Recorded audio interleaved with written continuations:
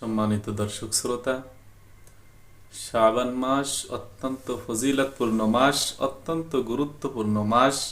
রাসূল করিম সাল্লাল্লাহু আলাইহি ওয়াসাল্লাম এই শাবান মাসে বেশি বেশি রোজা রাখতেন, বেশি বেশি ইবাদত বন্দেগী করতেন।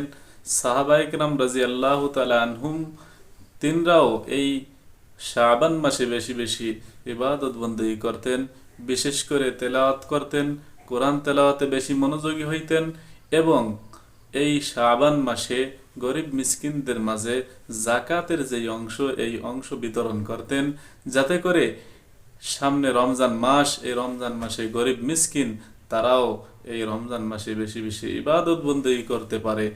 আর বিশেষ করে এই মাসে, এই শাবান মাসের অর্ধ রজনী, এই অর্ধ রজনীতে, এই শবে বরাতের রাতে যেই ব্যক্তি আল্লাহ পাক রব্বুল আলামিনের কাছে দোয়া করবে, আল্লাহ পাক রব্বুল আলামিন তার দোয়া অবশ্যই অবশ্যই কবুল করবেন।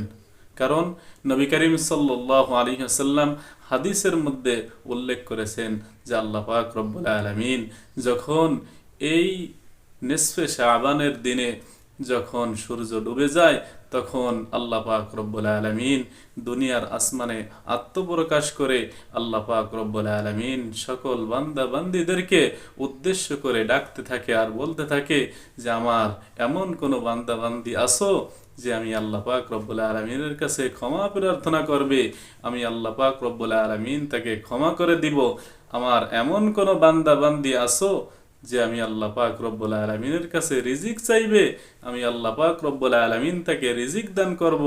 আমার এমন কোনো বান্দা বান্দি আসো যে আমি আল্লাহ পাক রব্বুল আলামিনের কাছে তার যে কোনো সমস্যার ব্যাপারে আমি আল্লাহ পাক রব্বুল আলামিনের কাছে বলবে, আমি সেটা কবুল করে নিব। এইভাবে করে আল্লাহ পাক রব্বুল আলামিন ডাকতে থাকে। তাই আসুন আমরা এই রাতে আল্লাহ পাক রব্বুল আলামিনের এই ঘোষণায় আমরা শরীক হয়ে আল্লাহ পাক রব্বুল আলামিনের কাছে বেশি বেশি দোয়া করি। আমাদের যেই চাওয়া পাওয়া আছে আল্লাহ পাক রব্বুল আলামিনের কাছ থেকে চেয়ে নিই, আল্লাহ পাক রব্বুল আলামিনের কাছ থেকে আমাদের গুনাহগুলো ক্ষমা করিয়ে নিই।